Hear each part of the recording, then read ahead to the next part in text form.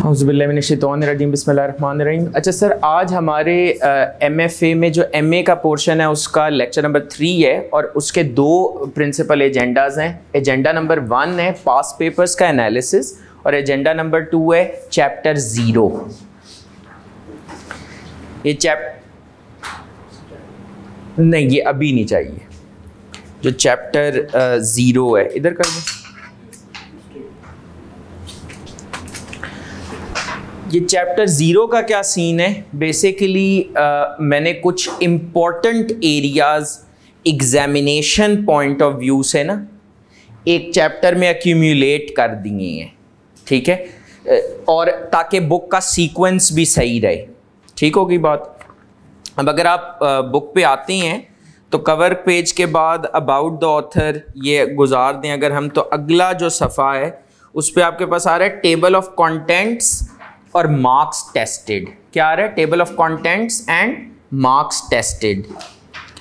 इसमें chapter reference आ रहा है 0, scene setting for managerial analysis. Scene setting का मतलब क्या होता है? माहौल बनाना मैनेजेरियल एनालिसिस के लिए। ये इसको क्या नाम दिया? चैप्टर रेफरेंस 0, क्योंकि ये आपकी बुक में इस तरीके से नहीं है। इसके बाद जितने भी चैप्टर्स हैं ना 1 to 9 और उसके बाद 13 आ गया है, ये सब चैप्टर्स आपके स्टडी टेक्स्ट वाले ही चैप्टर्स हैं। ये सब चैप्टर्स कौन से हैं? आपके स्टडी टेक्स्ट वाले चैप्टर्स हैं। लेकिन स्टडी टेक्स्ट का अगर आप वॉल्यूम सिर्फ मैनेजेरियल एनालिसिस का देखें ना तो वो इतना ज़्यादा है, और काश हेल्पफुल भी होता ना, वो हेल्पफुल भी नहीं है उस तरीके से जिस तरीके से वो प्रेजेंट हुआ है। तो उस कंटेंट को ना इन नोट्स में एक स्ट्रक्चर्ड तरीके से अरेंज किया है कि जब आप पढ़ें ना तो बस एक दफ़ा जब आपने ये पढ़ लिया, आपको this is a perfect substitute या शायद better than the study text. क्योंकि स्टडी टेक्स्ट में क्या है, एक कॉन्सेप्ट इधर मेंशन्ड है, उसका एक एस्पेक्ट इधर मेंशन्ड है, फिर एक एस्पेक्ट इधर मेंशन्ड है, सारों को इकट्ठे कर लिया। This is less of a book, I would say this is more of a compilation, जिसमें मैंने चीज़ों को ज़रा एक लॉजिकल सीक्वेंस में अरेंज कर दिया ताकि आप लोग उसको फॉलो कर सकें कि इसमें क्या बात हो रही है। Chapter number 13 strictly speaking managerial analysis का पार्ट नहीं है। ये चैप्टर 13 किसका पार्ट है? फाइनेंशियल एनालिसिस का पार्ट है। लेकिन क्योंकि थियोरेटिकल टॉपिक है तो लास्ट सेशन से मैं इसको कवर कर रहा हूँ, ठीक है। जो फर्स्ट सेशन था उसमें सर रियाज ने ये कवर किया था, लेकिन सब्सिक्वेंटली पिछले सेशन में भी और गोइंग फॉरवर्ड जब तक कंटिन्यू मैं कर रहा हूँ तो उसमें मैं ही इस चैप्टर को कवर करूँगा, ठीक है। तो इसमें मेंशन्ड भी है all chapter references are to the ICAP study text for MFA except chapter 0 which includes content from multiple chapters of study text। अच्छा, और ये कंटेंट ड्रॉ कर रहे हैं, ये जो चैप्टर 0 है ना, इसमें चैप्टर 1 to 8, 1 से 8 तक जो चैप्टर्स हैं ना, उनके जो इंपॉर्टेंट एरियाज हैं वो इधर पार्क कर दिए गए हैं, ठीक है, एग्जाम पॉइंट ऑफ व्यू से। अच्छा, अगर अब आप देखें ज़रा marks tested, past paper analysis पे हम आ जाएं अगर, तो इसमें आपको दिख रहा है मार्क्स टेस्टेड। आपके पास जो चैप्टर रेफरेंस जिसको मैंने 0 कहा है, अगर मैं पिछली 2 अटेम्प्ट्स और मॉडल पेपर उनको टोटल कर लूँ तो 49% पेपर आपका यहाँ से ड्रॉ हुए। ठीक हो गई बात। उसके बाद ज़रा चैप्टर 8 पे आए, इंटरनल एनालिसिस, और इसके साथ आपको दिख रहा है रिमेनिंग का मतलब है बाकी पोर्शन चैप्टर 0 में कवर हो गई है। बाकी पोर्शन चैप्टर 0 में कवर हो गया है। ये जो रिमेनिंग है कितना परसेंट टेस्ट हुआ है? 12%। और जो आपके पास चैप्टर 9 है उसमें से हर अटेम्प्ट में कंफर्म क्वेश्चन आता है, 17% आपका पेपर ऑन एवरेज यहाँ से टेस्ट हुआ है। 49 और 29 मतलब 50 और 30 तकरीबन 80%, 78% पेपर आपका चैप्टर 0, चैप्टर 8, चैप्टर 9 से टेस्ट हो गया। तो बाकी चैप्टर्स तो फिर करने की ज़रूरत नहीं है, ठीक है, ऐसा नहीं करना। उसमें मैं आपको, अच्छा विदाउट लॉजिक तो ऐसे तो नहीं कि मैंने कह दिया बाकी चैप्टर्स नहीं नहीं, वो जिस तरह सारे कह रहे होते हैं नहीं नहीं सिलेक्टिव स्टडी नहीं करनी चाहिए, सिलेक्टिव स्टडी नहीं करनी चाहिए, नहीं लॉजिक के साथ। इसमें ज़रा थोड़ा सा ना टेक्निक समझिएगा। आप आए चैप्टर रेफरेंस 4 पे, क्या नाम है? Information and communication technologies. Spring 22 में कितने मार्क्स का क्वेश्चन आया? 7 मार्क्स का। स्प्रिंग 22 में 7 मार्क्स का क्वेश्चन आया। अच्छा, और स्प्रिंग 22 में चैप्टर रेफरेंस 1 से कितना मार्क्स का क्वेश्चन आया था? 2 मार्क्स का। वो MCQs थे बेसिकली। ये जितने भी ये 2 मार्क्स या 1 मार्क लिखे हुए हैं ना, ये MCQs है, मल्टीपल चॉइस क्वेश्चंस। 2 मार्क्स आए थे। अभी ऑटम 22 में कितने मार्क्स का आए? बात समझ में आ रही है? वो कोई एक element of unpredictability I cap अपने पेपर्स में इनकॉर्पोरेट करता है कि अगर स्प्रिंग की बेसिस पर CA को इजी करना था तो फिर बस ICT का चैप्टर कर लेते हैं, उसमें से सवाल आ रहा है। तो ट्विस्ट क्या हुआ कि पॉलिटिकल एनवायरनमेंट एंड बिजनेस में से उसने 8 मार्क्स का क्वेश्चन थ्रो कर दिया। बात समझ में आ रही है? तो अच्छा, अलमिया इधर क्या है? अलमिया इधर क्या है? चैप्टर 1 से लेकर चैप्टर 6 तक चैप्टर्स तो काफ़ी सारे हैं, चैप्टर्स तो काफ़ी सारे हैं, लेकिन अगर आप उसका मतलब नंबर ऑफ चैप्टर्स अगर काउंट करें, लेकिन अगर आप उसकी टेस्टिंग देखें तो कितनी थोड़ी सी है as compare to the volume of chapters. ये पॉइंट आई कैप के साथ रेज हुआ है। लेट्स सी कि इसके ऊपर वो क्या चीज़ करते हैं, क्योंकि आमतौर पर ये किसी भी प्रोफेशनल बॉडी के एग्जाम्स में इस तरीके से चीज़ें कवर नहीं हुई। ये जो 5-6 चैप्टर्स इन्होंने बनाए हैं ना, ये आमतौर पर 3-4 पेजेस में कवर होते हैं। जितने भी प्रोफेशनल बॉडीज़ हैं, मतलब ICAW, ACCA वगैरह, वो इसको इसी डेप्थ में कवर करते हैं, क्योंकि we are preparing to be accountants, तो हमने एक सर्टन डेप्थ तक इनको जाकर कवर करना है। ये कम्युनिकेटेड है। लेट्स सी, शायद इस अटैम्प्ट में तो नहीं, अगली अटैम्प्ट में कोई चेंजेस आ जाएं, बट आपने तो मेरे ख्याल में स्प्रिंग 23 के लिए अटैम्प्ट करना है, तो आपको टेंशन लेने की ज़रूरत नहीं है, आपको इसी तरीके से पढ़ना होगा। ठीक है, अच्छा जी, तो आपको एक फोकस लेकिन पता लग गया, फोकस के ऊपर आपको क्लैरिटी हो गई। अच्छा, अब आगे आ जाएं ज़रा चैप्टर 0 पे। हमने लास्ट, अगर आपको क्लास याद हो, मैंने सीन सेटिंग ही नहीं आपके साथ की थी, पूरा सिलेबस आपका बोर्ड पे प्लॉट कर दिया था कि क्या क्या एरियाज हैं जो हम कवर करेंगे, उनको डिफरेंट एंगल से हमने देखा था। और ब्रॉडली स्पीकिंग अगर आपको याद हो तो हमने बात की थी, 3 बातें की थी कि हमारे सिलेबस के अगर 3 मेन एरियाज देखे जाएं तो वो 3 मेन एरियाज क्या हैं? एक्सटर्नल एनालिसिस, इंटरनल एनालिसिस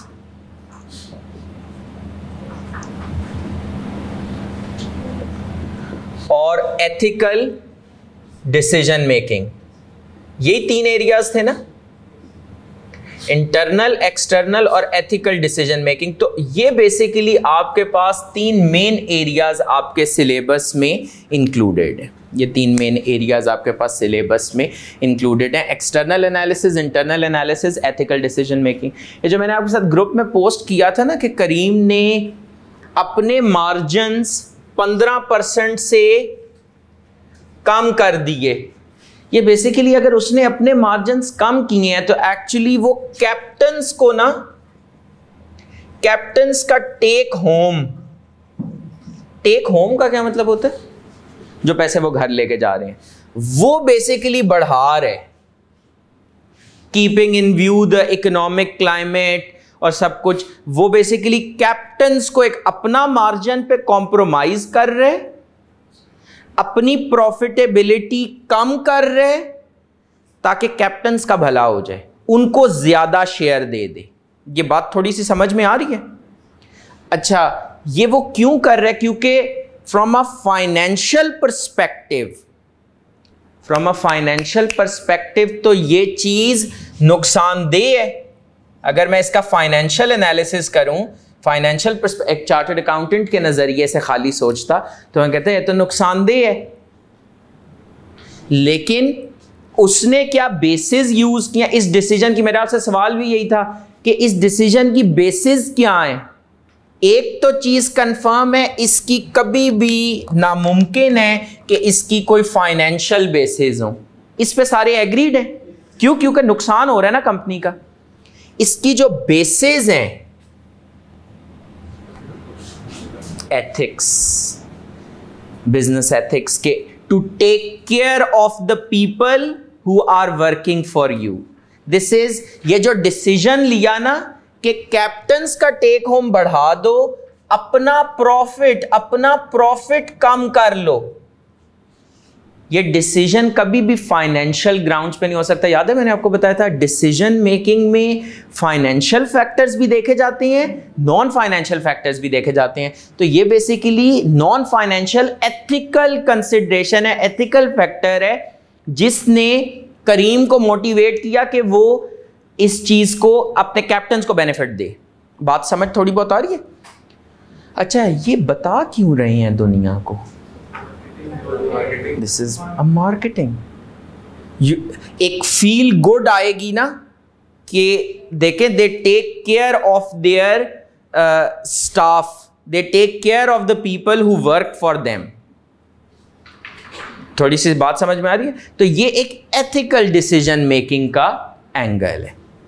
अच्छा सर, इसमें जो आपके पास हमने लास्ट क्लास में कवर किया था, अब ज़रा उसको बुक से, मेरा तरीका ये होता है कि मैं आपको पहले कॉन्सेप्ट्स एक्सप्लेन करूंगा बोर्ड पे, लेकिन ऐसा नहीं होगा कि मैं आपको कहूँगा कि ये आपने, बहुत कम होगा ऐसा कि मैं आपको कहूँ ये पढ़ लीजिएगा।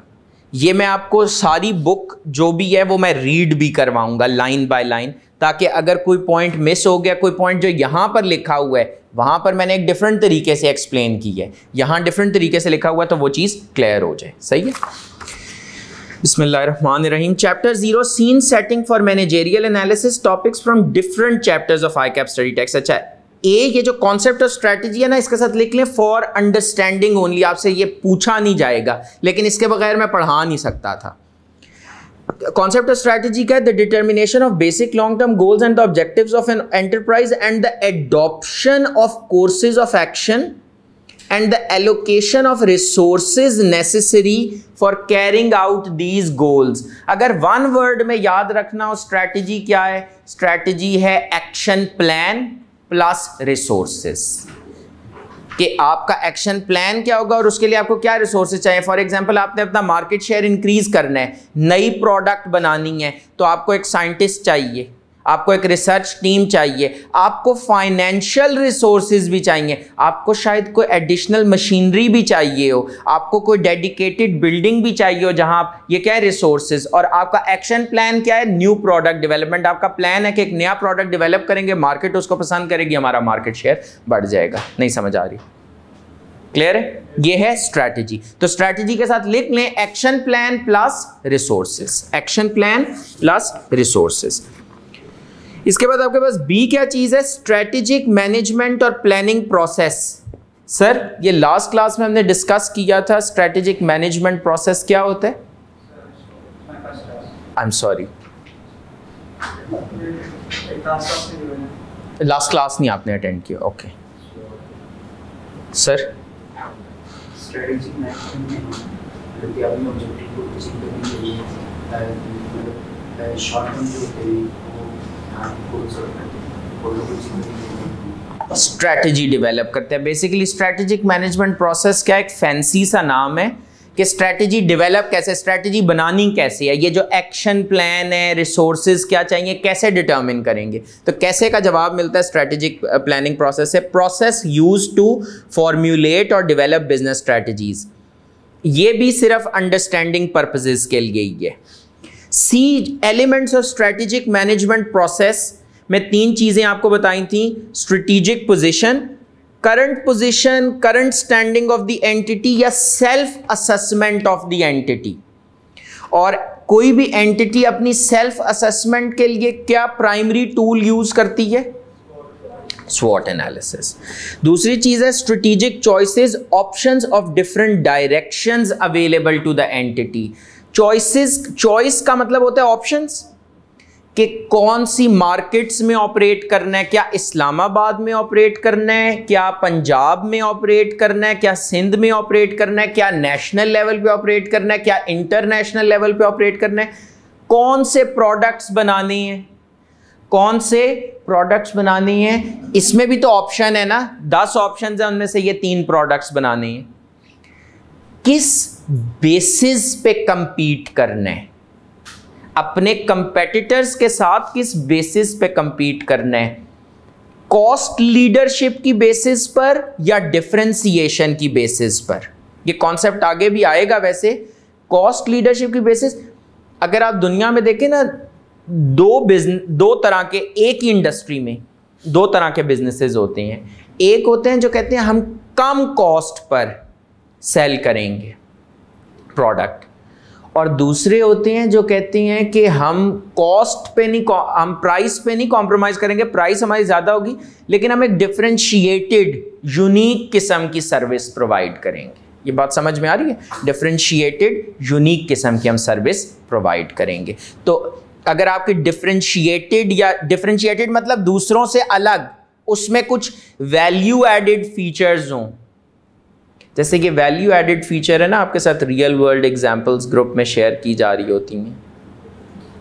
ये नॉर्मली नहीं होता, चेक कर लीजिएगा वैसे, या अगर होता है तो वो 1980 की मिसालें ही शेयर की जा रही होती हैं जो एक दफ़ा एक टीचर ने सेट कर ली थी। Strategic implementation, putting chosen strategy in action, मतलब जो आपने स्ट्रैटेजी बनाई थी उस पर अमल दरामद। अब अगर आप स्ट्रेटेजिक प्लानिंग प्रोसेस की ये पिक्चर इधर देखें तो ये किस तरह से बन रही है। सेट मिशन, मिशन होता है एक ऑर्गेनाइजेशन का रीजन ऑफ एग्जिस्टेंस। जैसे इस कॉलेज का रीजन ऑफ एग्जिस्टेंस जो है वो हाई क्वालिटी एजुकेशन प्रोवाइड करना है। मिशन यकीन करेंगे ये ऑब्जेक्टिव डिफरेंट हो सकता है लेकिन मिशन यही है। हाँ रिकवरी हो जाएगी। अच्छा, मैंने कहा कह रहे हैं अभी जल्जिला आ जाएगा इस बात पे, खुदा न खास्ता, खुदा न खास्ता। सेट मिशन के बाद आपके पास क्या आ जाएगा, इस्टेब्लिश ऑब्जेक्टिव्स। आप अपना ऑब्जेक्टिव सेट करते हैं कि you want to be a market leader, या आपने फॉर एग्जांपल एक हाई क्वालिटी सर्विस प्रोवाइड करनी है, या आपने फॉर एग्जांपल अपना प्रॉफिट मैक्सिमाइज करना है, वॉट एवर द केस भी। ऑब्जेक्टिव्स अचीव करने के लिए आपको स्ट्रैटेजी डेवलप करनी पड़ेगी, और वो कैसे डेवलप करनी पड़ेगी। अब ये अगर आप नोटिस करें ना, ये क्या लिखा हुआ है, इंटरनल अप्रेजल, एक्सटर्नल अप्रेजल और स्टेक होल्डर अप्रेजल। अप्रेजल, आप लोग अप्रेजल के वर्ड से तो जानते ही हैं, कहाँ पे आपने सुना है, इन्वेस्टमेंट अप्रेजल। और अप्रेजल का क्या मतलब होता है, उसमें तो लेकिन सिर्फ एनपीवी की कैलकुलेशंस करनी थी ना। डिसीजन मेकिंग, ठीक है, लॉन्ग टर्म डिसीजन मेकिंग के लिए इन्वेस्टमेंट अप्रेजल किया जाता है, ये उसका मकसद हो गया। वाई अप्रेजल का मतलब होता है इवैल्यूएशन, एनालिसिस, कि आपके पास इन्वेस्टमेंट कर आप लोग यही रहे होते हैं, आपके पास 3 इन्वेस्टमेंट ऑप्शंस हैं, 2 इन्वेस्टमेंट ऑप्शंस हैं, उनको इवैल्यूएट कर रहे होते हैं कि इसमें से कौन सी ज़्यादा बेहतर है, कौन सी ज़्यादा बेहतर है। वहाँ पर जो इवैल्यूएशन हो रही होती है वो प्रीडोमिनेंटली फाइनेंशियल पर्सपेक्टिव से हो रही होती है, और ऑफ कोर्स बिजनेस के लिए फाइनेंशियल पर्सपेक्टिव बड़ा इंपॉर्टेंट है, लेकिन अलोंग साइड दैट जो मैनेजेरियल एनालिसिस है ना, वो बेसिकली ज्यादा कॉम्प्रिहेंसिव है, इन द सेंस वो कहते हैं yes you need to worry about the financial factors but you also need to take care of the non financial factors. बात सही है। ये इंटरनल अप्रेजल, तो अप्रेजल क्या है, इवैल्यूएशन या analysis, internal analysis, external analysis. अब तीसरी बात नहीं मैच कर रही, तीसरा क्या लिखा हुआ है, stakeholder appraisal. Strictly speaking stakeholder appraisal comprehensively आपके सिलेबस में नहीं है, लेकिन एक चीज आई थिंक इनडायरेक्टली इंक्लूडेड है via ethical decision making. Stakeholder, internal external तो हमें थोड़ा बहुत फिर भी पता है। What is a stake holder?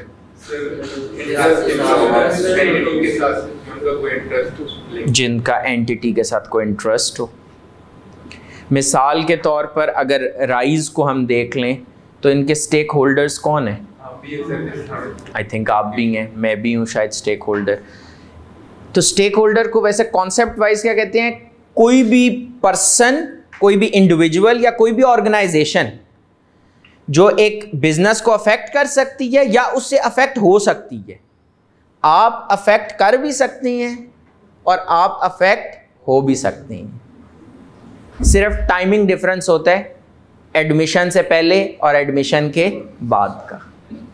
वैसे ही एट ए लाइटर नोट आपको एंड तक अच्छी क्वालिटी ऑफ सर्विस मिलती ही है। ये तो हमारा माशाल्लाह ईयर्स ऑफ लेगेसी है। तो स्टेक होल्डर क्या हुआ? कोई भी इंडिविजुअल जो अफेक्ट कर सकता है ऑर्गेनाइजेशन को या ऑर्गेनाइजेशन से अफेक्ट हो सकते हैं। और ethical decision making I think इसी चीज को तो कवर कर रही है कि don't just think about the share holders, don't just think about the organisations profits, क्योंकि ऑर्गेनाइजेशन के जो स्टेक होल्डर्स हैं वो शेयर होल्डर्स के अलावा भी हैं।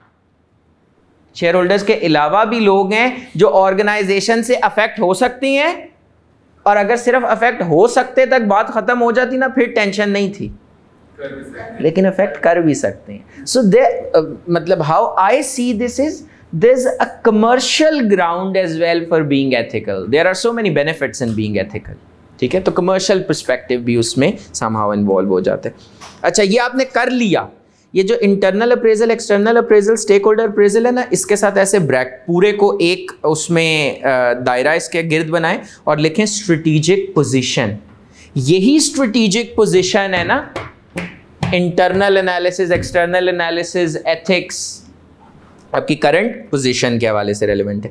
उसके बाद क्या है? जेनरेट स्ट्रेटेजिक ऑप्शंस, के आपके पास क्या चॉइसेस अवेलेबल हैं, किन प्रोडक्ट्स, किन मार्केट्स में किस बेसिस पे कंपीट करना है, और फिर जो ऑप्शंस अवेलेबल हैं उनमें से सिलेक्ट करना स्ट्रेटेजिक चॉइस। चॉइस के बाद प्लान एंड इंप्लीमेंट स्ट्रेटेजी, मतलब स्ट्रेटेजिक इंप्लीमेंटेशन। और उसके बाद क्या? ये रिव्यू एंड कंट्रोल का क्या मतलब है? रिव्यू करते रहना कि are we on track, are we on track, जो ऑब्जेक्टिव सेट किया था, जो स्ट्रैटेजी हमने बनाई है, क्या वो स्ट्रैटेजी हमें उस ऑब्जेक्टिव को अचीव करने में हेल्प भी कर रही है या नहीं। इसको कहते हैं रिव्यू एंड कंट्रोल। और ये रिव्यू एंड कंट्रोल के मैकेनिज्म्स आप लोगों ने कॉस्ट अकाउंटिंग का पेपर तो नहीं पढ़ा? बहुत सिंपल सा जो एक पेपर है, पेपर तो नहीं दिया हुआ इस दफ़ा, तो बहुत आसान आया था। अच्छा, आपने दिया हुआ पेपर, मजाक कर रहा था, कोई आसान नहीं पेपर आया था, अच्छा खासा। कॉस्ट अकाउंटिंग एक लेवल का पेपर है। ये मुझे अभी भी याद है सीए फाइनल्स में, पता नहीं शायद मैंने कभी जिक्र किया भी हो किसी क्लास में, इसका ना एक बाप पेपर था मैनेजमेंट अकाउंटिंग। अल्लाह का शुक्र है अब सीए फाइनल्स में कोई डेडिकेटेड पेपर नहीं है इसका। और अब भी मेरे ख्याल में होता होगा, उस दौर में भी ना एक ट्रेंड होता था कि कोई एक पेपर है जो ना धड़ाधड़ फेल हो रहे, मतलब एक रिकॉर्ड होता था कि ज़्यादातर लोग, अभी भी इस तरह मेरे ख्याल में होता है कि कोई एक आध पेपर है उसको 2-4 अटैम्प्ट्स वो खूब रगड़ते हैं, फेल करते हैं उसमें, और फिर एक दफ़ा टूटी खुलती है, फिर पास होते हैं। इस तरह का कुछ सिलसिला होता है।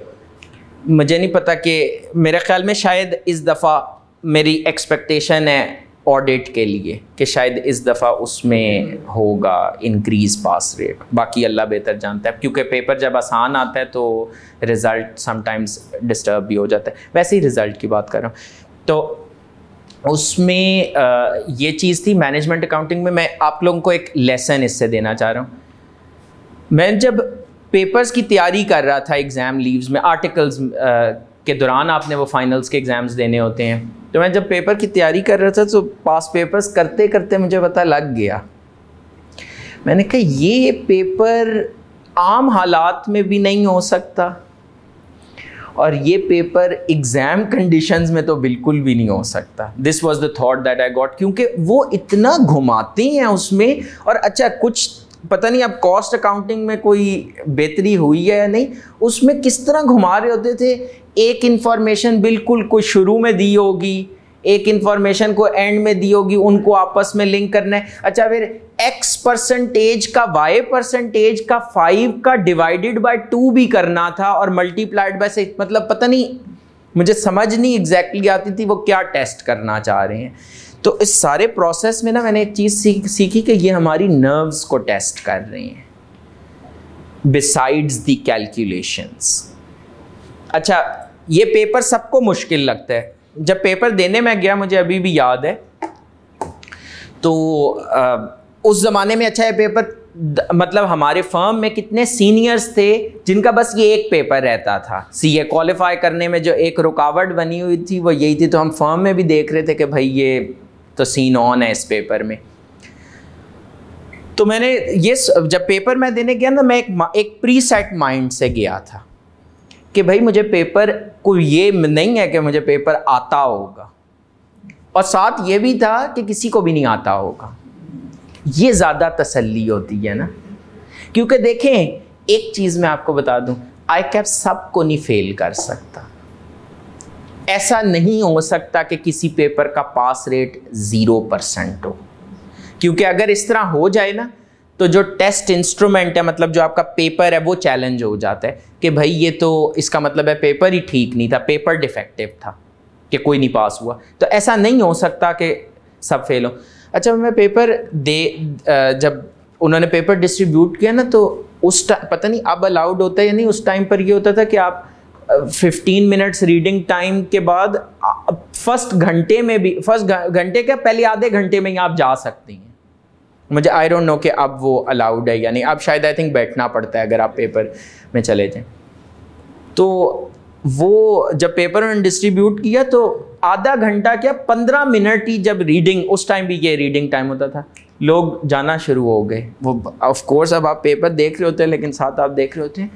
और सितम ज़रीफ़ी ये, मतलब सितम ज़रीफ़ी मतलब जुल्म ये कि वो जो इन्विजिलेटर्स थे वो हंस रहे हैं। मतलब स्माइलें नहीं होती एक दूसरे को पास करना, समझते हैं ना। इतने भी आप लोग वैसे बच्चे नहीं हैं, आपको पता है, मतलब ना इशारतन के मतलब सीन ऑन हो गया है, ICAP ने जो है पेपर, अच्छा उनकी तरफ देख के और मतलब दिल बैठा। फिर मैंने कहा नहीं, तो मुझे तो पहले ही पता था ना कि मुझे पेपर नहीं आता होगा। मैंने उस चीज़ को एक यकीन करें, ये मैं आपको बिल्कुल दिल की कह, उस चीज़ को मैंने एक मोटिवेशन के तौर पे यूज़ किया। मैंने कहा बहुत मुश्किल पेपर है, नहीं आ रहा। अब मैंने स्ट्रैटेजी ये की कि भाई इसमें से जिस एक कोई क्वेश्चंस थे 12-12 नंबरों के, 24 मार्क्स के, वो मुझे लग रहा था ये मुझे अच्छे आते हैं, उनको तो मैंने अच्छे से किया। अच्छा, वो भी लर्निंग कर्व में लर्निंग रेट ना निकले, ऐसा उसने और ये यकीन करें ये किसी का साथ भी हो सकता है। मेरे पे हंस रहे हैं आप लोग, ये वो बाद में जिससे भी पूछा कहते हैं नहीं लर्निंग रेट नहीं निकला। अगर लर्निंग रेट निकल आता तो आगे सारा सवाल हो जाना था। तो वो अच्छा, वो खैर वो भी पता नहीं कि अब कुछ 6 भी नहीं, मेरे ख्याल में 3 पेजेस काटे क्योंकि वो सही निकल नहीं रहा था। फिर एकदम अल्लाह की मदद आई, वो निकल आया, वो सवाल मैंने कर लिया, कोई एक आध सवाल और। अच्छा, उसके बाद अब मैंने कहा अब क्या करूं। तब मैंने ये किया था कि अल्लाह का नाम लेके मैंने हर क्वेश्चन में से ना ढूंढी वर्किंग्स कि भाई ये। अच्छा, एक और काम क्या किया, पहले ना टेम्पलेट, उसका वो जो फॉर्मेट होता है वो बड़ा अच्छे से बना दिया कि उसको पता लगे कि भाई इसके बेचारे के पास टाइम ख़त्म हो गया था। और हर जगह की वर्किंग्स जो मतलब कहीं पर है ना सेलिंग प्राइस कैलकुलेट करना है तो 15% का डिस्काउंट है, तो अब बंदे का जिनका दिल बैठ जाता है ना वो ये भी नहीं करेंगे, वो मल्टीप्लाइड बाय 85% अब करना है, वो ये भी नहीं करेंगे। मैंने कहा ये बस 2-2 रुपए की चीज़ें करते जाओ। और यकीन करें मतलब तकरीबन आज भी, अल्लाह ना करे कभी वो पेपर रीचेक हो, अल्लाह करे वो डिस्ट्रॉय हो चुका हो, आज भी मैं हैरान हूँ। और इस वजह से मुझे तो लगता है कि ICAP की मार्किंग बहुत फेवरेबल है, वो पास हो गया। और यकीन करें पास उस अटेम्प्ट में भी उन्हीं लोगों का हुआ जिनका ना माइंड सेट पॉजिटिव था। तो ये ICAP is, believe me, it's not just a test of your knowledge, it's a test of your nerves. Because chartered accountants वैसे भी उनकी ज़िंदगी कोई इतनी गुलजार नहीं होती है, उन्होंने आगे भी प्रोफेशनली भी they work under pressure, deadlines होती हैं, रिपोर्ट जी ये टाइमलाइन। आप कंपनी लॉ में अभी तो बड़े मज़े से याद कर रहे होते हैं ना, financial state annual general meeting 120 दिनों के अंदर अंदर होनी है, उससे पहले आपने फाइनेंशियल स्टेटमेंट्स बनानी भी हैं, उनका ऑडिट भी कराना है, उनसे बोर्ड से ऑथराइज भी कराना है, काफ़ी सारे स्टेप्स हैं, ये सारे आपने करने हैं। तो डेडलाइन है ना, आपके दिमाग पे एक तलवार लटक रही है कि भाई ये हमने एक टाइम लाइन मीट करना है। कहने से मुराद है कि आपने अपना माइंड सेट पॉजिटिव रखना है, ठीक है ना। D, outcome of strategic planning. Strategic management therefore involves deciding answers to questions such as what business और businesses should we be in. For example, मैंने एक सीमेंट प्लांट लगाना है, मैंने एक फर्टिलाइजर का प्लांट लगाना है, मैंने कोई एनर्जी बिजनेस सेटअप करना है, पावर प्लांट लगाना है, तो वो बेसिकली आप अपना बिजनेस का डिसीजन लेते हैं या प्रोडक्ट का decision. And how can this business activity contribute to the competitive advantage of our enterprise. Enterprise का मतलब बिजनेस एंटिटी। ये कंपेटिटिव एडवांटेज क्या होता है? An edge over your competitors. Perfect. An edge over your competitors. Edge over your competitors क्या होता है? For example, दो कंपनीज हैं, वो एक प्रोडक्ट बना रही हैं। आप एक प्रोडक्ट इसलिए, for example, if you have to choose between Careem and Uber, तो यू नीड टू हैव या in, let's add inDrive, more contemporary. तो आपके पास ये तीन ऑप्शंस हैं, बिकॉज ऊबर तो आई थिंक विड्रॉ कर रही है काफ़ी सारे सिटीज से, आई थिंक एक सिटी में वो रह जाएगी। या अब आपके पास तीन ऑप्शंस हैं से, तो आपने इनमें से जो चूज करना है, आप फॉर एग्जांपल कौन सा चूज करेंगे इनमें से? In drive. क्यों? सस्ता है। उसको जो एज है ओवर इट्स कंपेटिटर्स, वो क्या है? उसकी प्राइस। उसको जो एज है over it's competitors, that is it's price. बात समझ में आ रही है? एडवांटेजेस ऑफ स्ट्रेटेजिक प्लानिंग,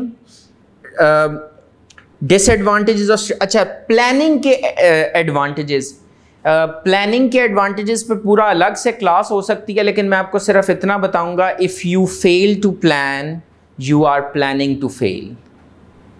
वो कोई भी चीज़ हो, चाहे वो आपका सब्जेक्ट हो, चाहे वो आपका एग्जाम हो, चाहे वो आपका कोई ट्रिप हो, इवन अगर एक ट्रिप पुअरली प्लान्ड हो, हम तो जिस पे गए थे वो अच्छा प्लान था, अल्लाह का शुक्र है, वरना यकीन करें अगर ट्रिप भी पुअरली प्लान्ड है ना, तो आप वापसी पे कानों को हाथ लगाते हुए वापस आएंगे कि भाई ये तो सत्यानाश हो गया, बेड़ा गर्क हो गया, टाइम का भी, पैसे का भी, और फिर हमेशा के लिए एक दिल में डर भी बैठ गया, आइंदा जब कभी कोई ट्रिप का कहेगा तो हमारा अच्छा था। मैं रिकॉर्ड करवा रहा हूँ। Studies show that companies that plan are more successful than those that do not. Strategic planning can have the following potential advantages. Forces organizations to look ahead. Forewarned is forearmed. ये एक इसका fancy या metaphorical expression है, वो नहीं, महावरतन ये लिखा हुआ है, forewarned is forearmed। इस बात का क्या मतलब है? एडवांस में वार्निंग मिल जाए तो आप उसके लिए स्ट्रेटेजाइज कर सकते हैं ना। खुदा ना खास्ता जिस तरह फ्लड की एडवांस वार्निंग मिल जाए तो फिर भी उसका जो डैमेज कंट्रोल किया जा सकता है, आपको उसका स्ट्रेटेजाइज उसको किसी हद तक कर सकते हैं। तो ये यही बात कर रहा है कि फोर वार्न मतलब अगर बिफोर टाइम आपको वार्निंग मिल जाए तो you will be forearmed. Forearmed का मतलब क्या है? You will have the capacity to fight against that warning और to act against that. Improves the organisation's fit with its environment. Organisation's fit with its environment. आपको याद है Covid के times में लॉकडाउन इम्पोज हुए और ऑर्गेनाइजेशंस ने फौरन इसको रिस्पॉन्ड किया कि हमें एम्प्लॉयज़ को वैसे ही मुफ्त में पैसे ना देने पड़े, वर्क फ्रॉम होम करें।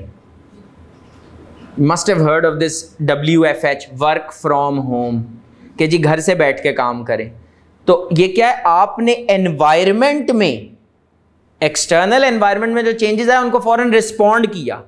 तो अगर आपकी प्लानिंग होगी, क्लासेस फॉर इंस्टेंस आप लोगों की बिल्कुल भी जहाँ से भी आपने पढ़ा होगा, माशाल्लाह CA कॉलेजेस ने बहुत ही इफेक्टिवली इस चीज़ को आई मस्ट से मैनेज किया था कि उन लोगों ने फ़ौरन अपने जो इंफ्रास्ट्रक्चर है और ऑनलाइन प्लेटफॉर्म्स उनको यूटिलाइज किया था। Makes best use of scarce resources. Resources हमेशा शॉर्ट होती हैं, फाइनेंशियल पैसे जितने भी हमारे पास हों हमेशा कम लगते हैं, तो रिसोर्सेज हमेशा शॉर्ट होते हैं, तो उनका बेस्ट यूटिलाइजेशन। जब आप प्लान करके चलते हैं ना तो you choose the best of the best. ये जो आप इन्वेस्टमेंट अप्रेजल कर रहे हैं, ये क्यों कर रहे हैं? To make the best use of scarce resources, कि भाई पैसे लिमिटेड से हैं, इसको ऐसी जगह लगाओ कि उससे बेस्ट रिटर्न मिले। बात फॉलो करें। उसके बाद आपके पास आ जाता है provides direction for the business, एक वे फॉरवर्ड आपको नजर आ रहा है। मॉनिटर्स प्रोग्रेस, कंट्रोल, कि आप जब आपने प्लानिंग की ना तो आपके पास वही प्लान एक बेंचमार्क भी है, वही प्लान आपके पास एक बेंचमार्क भी है। आपने कॉस्ट अकाउंटिंग में स्टैंडर्ड कॉस्टिंग, वेरिएंस एनालिसिस पढ़े हैं। ये वेरिएंस एनालिसिस एक्चुअली एक कंट्रोल टूल ही है। वेरिएंस एनालिसिस एक्चुअली एक कंट्रोल टूल ही है कि भाई बजट था, प्लान था, इतने यूनिट्स बिकेंगे, उससे कम बिके हैं, क्यों? मैं अपने ट्रैक से हट रहा हूं। नहीं समझा रही? Ensures consistent goal and objectives. ये बड़ी इंपॉर्टेंट चीज है। जब ऑर्गेनाइजेशन में एक प्लान बना होता है ना, तो पूरी ऑर्गेनाइजेशन फिर एक डायरेक्शन में काम कर सकती है। पूरी ऑर्गेनाइजेशन सिर्फ एक, सारी ऑर्गेनाइजेशन एक डायरेक्शन में काम करती है। फॉर इंस्टेंस मैं यहाँ पर आपके ना वेरिएंसेस को थोड़ा सा रिकॉल करूँगा। आपने एक वेरिएंस का नाम सुना होगा। कोई ऐसा स्टूडेंट तो नहीं है जिसने कॉस्ट अकाउंटिंग ना पढ़ा हुआ हो? एक वेरिएंस आपने नाम सुना हुआ है, मटेरियल प्राइस वेरिएंस।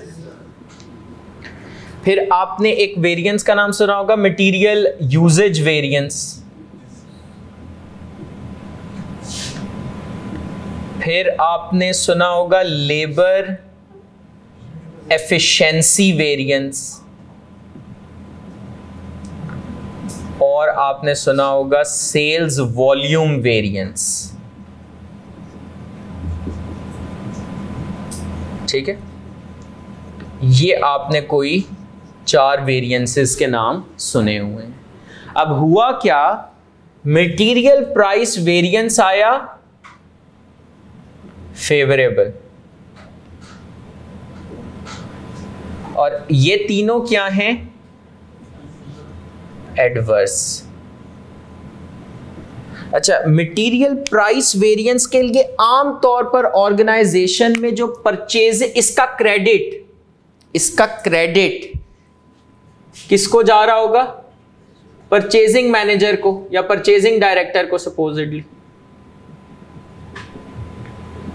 अब उसने ये मटेरियल प्राइस वेरिएंस फेवरेबल होने का मतलब क्या है? जो हमने बजट किया था या जो हमारा स्टैंडर्ड प्राइस थी उससे कम पे हमने खरीद लिया material. Now that could be due to multiple reasons, लेकिन सपोज करें कि इस इंस्टेंस में रीजन क्या था? Inferior quality material. क्या रीजन था? Inferior quality material. आपने मटेरियल खरीदा ही बुरी क्वालिटी का, तो वो था ही सस्ता। बात क्लियर हो रही है? वो था ही सस्ता, फेवरेबल वेरिएंस आ गया। लेकिन उसका इंपैक्ट क्या आया? बाकी यूज ज्यादा हुआ, वेस्टेजेस ज्यादा थे, लेबर की जब वेस्टेजेस थे रीवर्किंग करनी पड़ी, ज्यादा टाइम लगा, लेबर एफिशिएंसी वेरिएंस भी खराब हुआ। फिर जो प्रोडक्ट बना, customers didn't like it, customers को वो प्रोडक्ट पसंद भी नहीं आया, तो वॉल्यूम वेरिएंस भी एडवर्स हुआ। ये बात थोड़ी बहुत समझ में आ रही है? तो अब यूजेज वेरिएंस ज्यादा है तो प्रोडक्शन डिपार्टमेंट से सवाल होगा या प्रोडक्शन डायरेक्टर से सवाल होगा कि भाई आप ऑपरेशंस अच्छे तरीके से मैनेज नहीं कर रहे, लेबर को अच्छे तरीके से मैनेज नहीं कर रहे। यहां पर सेल्स या मार्केटिंग डायरेक्टर जो है उससे सवाल होगा। अब अगर बिल्कुल इस तरह ये अलग अलग चले ना, अगर ये लोग सारे बिल्कुल अलग अलग चल रहे हैं तो इसकी तो बड़ी तारीफ होगी कि वेल डन, और इनको डांट पड़ेगी कि भाई आपने अच्छी परफॉर्मेंस नहीं दी। यहां तक बात समझ में आ रही है? अगर एक प्लानिंग हुई होगी ना तो सब लोग एक डायरेक्शन में काम करेंगे। ये बेसिकली इस पॉइंट का मतलब है कि ensures consistent goals and objective. जब आपने एक प्लान बनाया हुआ ना तो उस प्लान में मेंशन्ड होगा कि भाई इस क्वालिटी का मटेरियल होना चाहिए, क्योंकि हम कॉस्ट पे नहीं कंपीट कर रहे, हम क्वालिटी पे कंपीट कर रहे हैं। बात क्लियर है? Disadvantages of strategic planning. Cost, अच्छा प्लानिंग की वैसे तो हमने इतनी तारीफें की हैं, लेकिन आजकल के दौर में अगर देखा जाए ना तो उसके कुछ साइड इफेक्ट्स भी हैं। उसमें पहला साइड इफेक्ट क्या है? कॉस्ट। जाहिर है प्लान करने की एक कॉस्ट है, टाइम लगता है, एक मनी इन्वॉल्व है, लोग इन्वॉल्व हैं, उनकी एफर्ट्स उसमें हो रही हैं। और आगे एक मुहावरतन लिखा हुआ है पैरालिसिस बाय एनालिसिस। इसको किसी स्टूडेंट ने एक्सप्लेन किया था, उसने कहा वो जो जिस तरह कहते हैं ना सोची पिया ते बंदा गया, तो वो वाली बात है कि आप सोच रहे थे कि मैं ऐसे करूं। स्ट्रेटेजिक प्लानिंग तो यही है ना, मैं ऐसे करूं, मैं इन मार्केट्स में एंटर हो जाऊं, मैं इन प्रोडक्ट्स को बेचूं, मैं एक्सपोर्ट करना शुरू कर दूं, मैं इंपोर्ट करना शुरू कर दूं। आप प्लानिंग कर रहे थे, उसके इन्वेस्टमेंट अप्रेजल्स कर रहे थे, कॉस्ट ऑफ कैपिटल कैलकुलेट कर रहे थे, और उतनी देर में कंपेटिटर ने कोई बेहतर प्रोडक्ट मार्केट में लॉन्च भी कर दिया। तो आपका एनालिसिस रिडंडेंट हो गया, जीरो हो गया। दूसरी चीज, ब्यूरोक्रेसी डेवलप्स। ब्यूरोक्रेसी क्या होती है वैसे? ब्यूरोक्रेसी में ये होता है कि आपके पास ना बहुत ज़्यादा लेयर्स, बहुत ज़्यादा हायरार्कीज इन्वॉल्व हो जाती हैं। तो प्लानिंग में ये होता है कि ये बंदा प्लान बनाएगा, फिर इन लोगों से रिव्यू कराएगा, लीगल काउंसिल से रिव्यू करवाएगा, अप्रूवल्स होंगे, फिर ये प्लान इम्प्लीमेंट होगा, बोर्ड इसको पहले अप्रूव करेगा। ये प्रोसेस को ना स्लो डाउन कर देते हैं, और उसमें जो नुकसान होता है वो क्या है कि आपकी अपॉर्चुनिटीज लूज हो सकती हैं। Plan is equal to straitjacket and opportunities are ignored because they are not in the plan. Straitjacket का मतलब होता है नाक की सीध में चलना। आपने प्लान बना लिया ना, आपने प्लान बनाया और बस अब आप उसको रिलीजियसली फॉलो कर रहे हैं, अच्छी बात है, बट और जो चेंजेस आ रही हैं एनवायरनमेंट में उसको you are not living up to those और you are not responding to those, तो उसका आपने ख्याल करना है। Less relevant in a crisis. Crisis situation में आपके पास, क्राइसिस सिचुएशन का मतलब है फॉर एग्जांपल कंपनी का गोइंग कंसर्न ही थ्रेटन हो गया है, तो इन दैट सिचुएशन या कंपनी बहुत ज़्यादा लॉसेज एक्सपीरियंस कर रही है, तो उस सिचुएशन में quick action, quick recovery plans required होते हैं। G में क्या है? Situations in which strategic planning really makes a difference. Strategic planning is particularly important when the business needs to be turned around.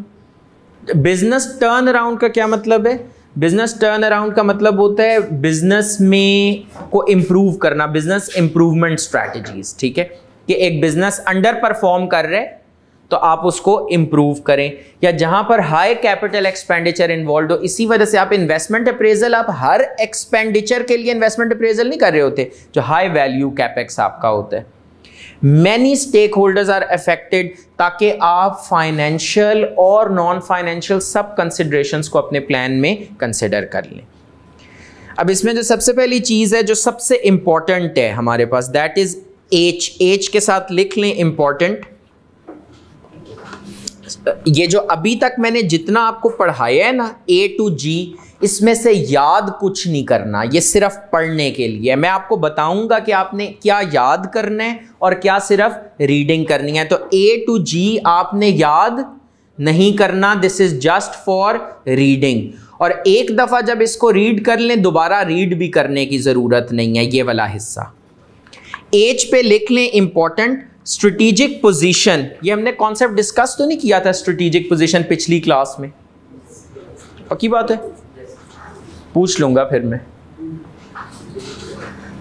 फिर नहीं किया था तो आपका आंसर बदल, कैसे आपने एनवायरनमेंट में जो चेंजेस थे उनको रिस्पॉन्ड किया और कितना क्विकली रिस्पॉन्ड किया। अब अगर इधर आप बैठ के सोचते क्या जवाब दूं क्या करूं, तो इतनी देर में तो मेरी तरफ से सवाल आ जाना था। तो इसका मतलब है आप बड़े अच्छे से समझ रहे हैं। सर स्ट्रेटेजिक पोजीशन हमने डिस्कस किया था लास्ट क्लास में, यकीन करें रिकॉर्डिंग अवेलेबल है। Strategic position means making an analysis और assessment of the position of an entity from an internal perspective and external perspective. वो जो हमने बात की थी स्वॉट एनालिसिस की, वो जो हमने बात की थी ना स्वॉट एनालिसिस की, ये तोड़ के क्यों लिख दिया? क्योंकि इंटरनल इधर है एक्सटर्नल इधर है। तो SW is internal, OT is external. स्वॉट एनालिसिस की हमने बात की थी और उसमें एक इंटरनल पर्सपेक्टिव होता है, एक एक्सटर्नल पर्सपेक्टिव होता है। 3 एस्पेक्ट्स ऑफ स्ट्रेटेजिक पोजीशन क्या है? एनवायरनमेंट, OT मतलब external environment, strategic capability of the entity. Strategic capability again एक फैंसी वर्ड है, इसको समझेंगे, लेकिन एक चीज पता है कि ये स्ट्रेटेजिक कैपेबिलिटी कुछ इंटरनल एनालिसिस से रिलेटेड है, क्योंकि इसमें साथ ब्रैकेट में क्या लिखा हुआ है? SW, और उसके बाद है एक्सपेक्टेशंस एंड पर्पसेस मतलब ऑब्जेक्टिव्स ऑफ द ऑर्गेनाइजेशन। इसमें इंटरनल एक्सटर्नल पर्सपेक्टिव दोनों इंक्लूडेड है। तो एक चीज तो बड़ी क्लियर है, अगर हम इस पूरे पिक्चर में देखें तो एक चीज क्लियर आपको इधर मिलती है कि हमारे पास जब हम अपनी स्ट्रेटेजिक पोजीशन को, स्ट्रेटेजिक पोजीशन होती क्या है वैसे? Current position. ये क्या होती है? Current position of the organisation. और करंट पोजीशन असेस करने के लिए कि करंट पोजीशन अच्छी है या बुरी है, मुझे क्या करना पड़ेगा? स्वॉट एनालिसिस। मुझे क्या करना पड़ेगा? स्वॉट एनालिसिस करना होगा। तो स्वॉट एनालिसिस में हम अपनी ऑर्गेनाइजेशन, जो बिजनेस ऑर्गेनाइजेशन है, उसकी स्ट्रेंथ्स, उसकी वीकनेसेस, उसकी अपॉर्चुनिटीज और उसकी थ्रेट्स का एनालिसिस करते हैं। पेपर में सवाल कैसा आएगा? आज तक की तारीख में जो MFA का पर्चा हुआ है उसमें उसने स्वॉट एनालिसिस टेस्ट नहीं किया, अभी तक टेस्ट नहीं किया, लेकिन there is always a first time, ये टेस्ट हो सकता है। तो वो आपको ये नहीं पूछेगा कि मुझे डिफाइन करें स्ट्रेंथ्स क्या होती हैं, वीकनेसेस क्या होती हैं, अपॉर्चुनिटीज़ क्या होती हैं, थ्रेट्स क्या होती हैं, ऐसा नहीं होगा। वो आपको एक सिनेरियो देगा और उसमें से पिक करवाएगा कि जी इस सिनेरियो में से निकालें स्ट्रेंथ्स, वीकनेसेस, अपॉर्चुनिटीज़ और थ्रेट्स। मैं आज आपको ये कवर करवाऊंगा strengths, weaknesses, opportunities, threats. Group में और फोटोकॉपियर के पास मैं एक क्वेश्चन रखवाऊंगा। It's a big question. आपके पास पेपर में उतना बड़ा सवाल नहीं आएगा, लेकिन जिस तरह मैंने आपको बताया था कि ये पेपर अपनी अर्ली फेजेस में है और इसकी लेवल ऑफ डिफ़िकल्टी ना आहिस्ता आहिस्ता इंक्रीज होती जाएगी हर गुजरती अटेम्प्ट के साथ लेवल ऑफ डिफ़िकल्टी, क्योंकि अभी पेपर मैच्योर नहीं हुआ। तो ये अच्छी फ़ायदा भी है, लेकिन हमने प्रेपरेशन किस लेवल पे करनी है? हमने इसी लेवल पे प्रेपरेशन करनी है कि हम एक डिफ़िकल्ट पेपर को मैनेज कर सकें। ये बात सही है। ये अभी पिछली अटेम्प्ट में लिटरली आप पूछ सकते हैं स्टूडेंट से, कंप्लेंट मैंने शायद आप लोगों से जिक्र किया था, उन्होंने कहा आपने ऑडिट में हमें इतना पढ़ाया। ये भी एक लामा था, समझते हैं ना लामा? शिकायत कि जी आपने हमें ज़्यादा पढ़ा दी है, ओवरडू की है। ये लिटरली ये शिकायत थी, क्योंकि मुझे नहीं पता था कि आई कैप ने पेपर का लेवल ऑफ डिफ़िकल्टी थोड़ा कम करना है। और आपको पता है आखिर कब तक लेवल ऑफ डिफ़िकल्टी कम होगा? ये एक आध को अटैम्प्ट अगर दे भी दिया तो आगे हो सकता है अगली अटैम्प्ट में वो लेवल ऑफ डिफ़िकल्टी थोड़ा इंक्रीज़ कर ले।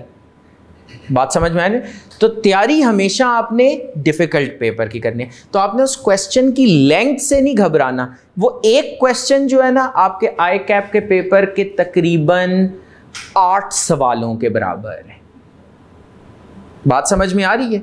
मतलब मैं ये भी कर सकता हूं कि मैं उस क्वेश्चन को ना टुकड़ों में तोड़ दूं, कि 2 पैराग्राफ्स का एक सिनेरियो बना दूं, 2 पैराग्राफ्स का एक सिनेरियो बना दूं, बट उसका कोई बेनिफिट नहीं है। आपने उसको किस तरह से समझ के करना है, आपने रोज का ना एक पैराग्राफ में से आंसर लिखना है। पूरा सिनेरियो नहीं आपने कवर करना, डेली का एक पैराग्राफ। देखें, slow and study wins the race. इस तरह बिट्स एंड पीसेस में करेंगे ना चीज़ें, वो हैवी नहीं। अब अगर मैं आपको ये कहूँ ना कि वो पूरा सवाल आप मंडे को करके लाएं तो फिर मुश्किल होगा, क्योंकि वो डिफ़िकल्टी इंशाल्लाह ताला आपके पेपर में आनी ही नहीं है। लेकिन ये होगा कि वो, मैंने आपको ये बता दिया कि वो एक सवाल मतलब आई कैप के 8 सवाल। तो हम एक सवाल के थ्रू अगर 8 सवाल करें, आपने उसको किस तरह करना है? आपने 8 के 8 एक गो में नहीं करने। एक पैराग्राफ एक दिन, मतलब मंडे को एक पैराग्राफ में से अगर उसमें से कुछ नहीं आपको मिलता, कुछ ना लिखें। अगला पैराग्राफ पढ़ें, कुछ नहीं मिलता, कुछ ना लिखें। तो अगला पैराग्राफ पढ़ेंगे, कुछ मिलता है, कुछ लिख लें। फॉर इंस्टेंस मैं ये बात कर रहा हूँ, समझ आ रही है बात? अच्छा जी, स्वॉट एनालिसिस को अगर हम कवर कर लें, हमने आई थिंक लास्ट क्लास में थोड़ा कवर किया था, इसको नोट से रेकंसाइल कर लेते हैं। A popular framework to analyze the strategic position of a company is to undertake a SWOT analysis. अब इसमें नंबर 1 is internal analysis, और internal analysis के साथ क्या लिखा हुआ है? Entity specific factors relatively controllable. ये बात मुझे कोई एक्सप्लेन कर सकते हैं? ऐसे फैक्टर्स जो एंटिटी के कंट्रोल में होते हैं, ऐसे फैक्टर्स, ये जो सेंटोरस में फायर का इंसिडेंट हुआ, what would you call it?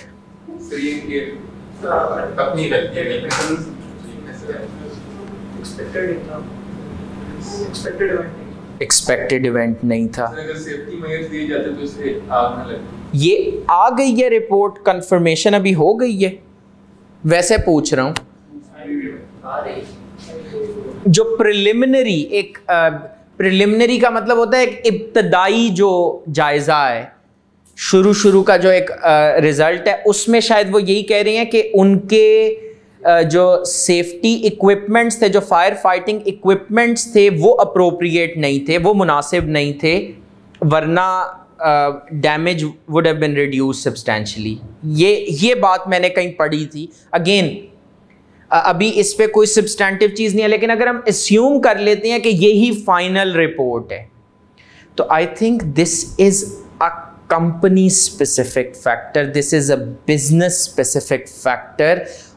उस कंपनी के कंट्रोल्स अच्छे नहीं थे, उस कंपनी की जो रिसोर्सेज थी जिसको इस रिस्क के अगेंस्ट फाइट करना था, वो रिसोर्सेज अप्रोप्रिएट नहीं थी। This was relatively controllable. इसको किसी बाहर से किसी ने कंट्रोल नहीं करना था, इसका कंट्रोल ऑर्गेनाइजेशन नहीं करना था। अब इसके बड़े फार रीचिंग इम्पैक्ट्स हैं इसमें आगे। फिर अब अगर आप देखें इसके कॉन्सिक्वेंसेस, ये तो एक इंसिडेंट हो गया, व्हाट डू यू थिंक इस कॉन्सिक्वेंसेस का क्या मतलब होता है? असरात, जो उसके नुकसानात हैं, क्या कॉन्सिक्वेंसेस होंगे इसके?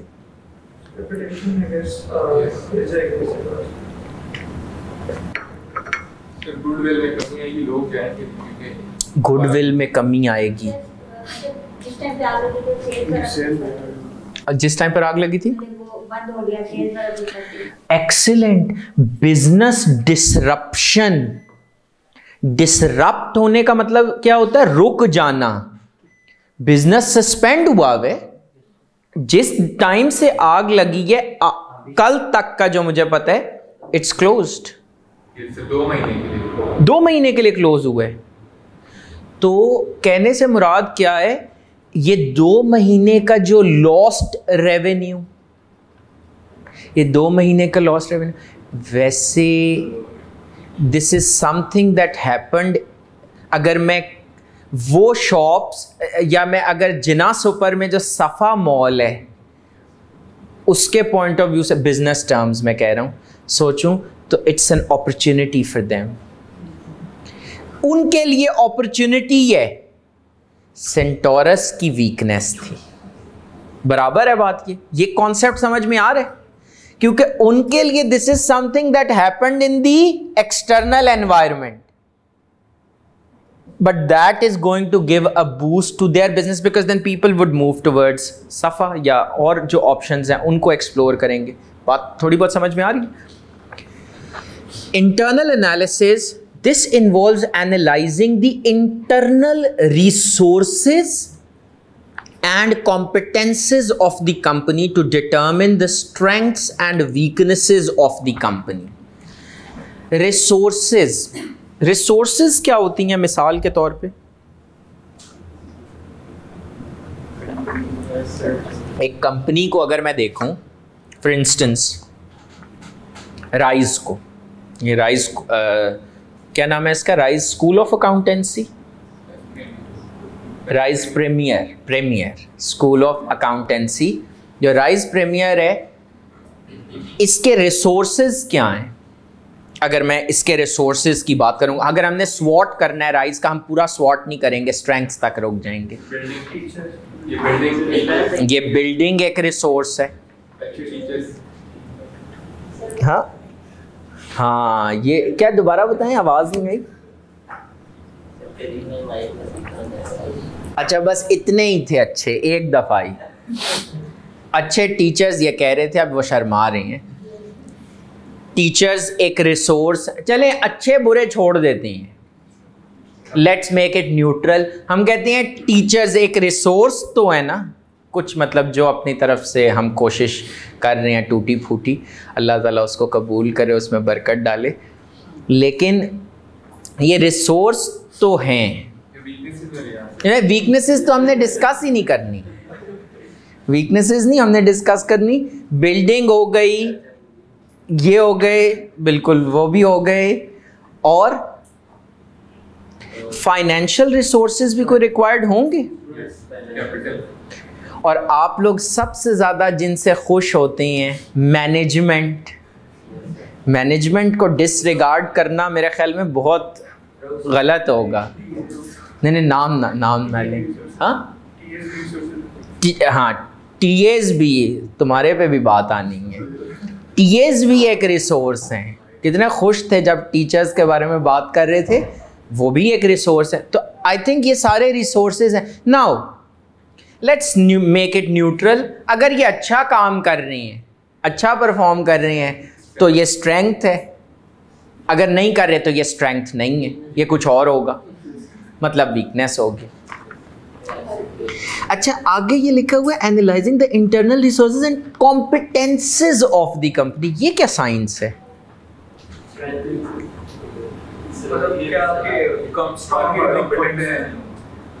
मार्केट कॉम्पिटेंट है या फिर रिसोर्स सही है। क्या स्ट्रॉन्ग पॉइंट? कॉम्पिटेंस का मतलब होता है एक रिसोर्स की अफेक्टिव यूटिलाइजेशन, एक रिसोर्स की अफेक्टिव यूटिलाइजेशन।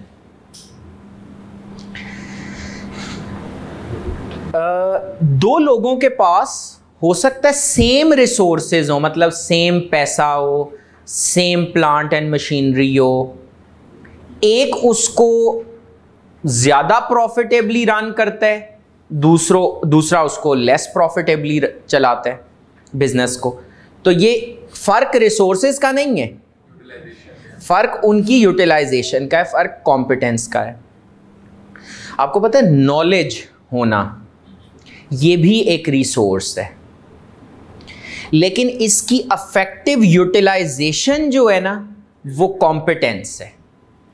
इसमें एक यूके का कोई स्टोर था, उसकी example I think that's one good example to understand this concept के नॉलेज और नॉलेज होने में और नॉलेज को अफेक्टिवली यूज करना. नॉलेज होना इज अ नॉलेज, अगर मैं कहूं तो नॉलेज होना is a resource. effective utilization of knowledge is a competence.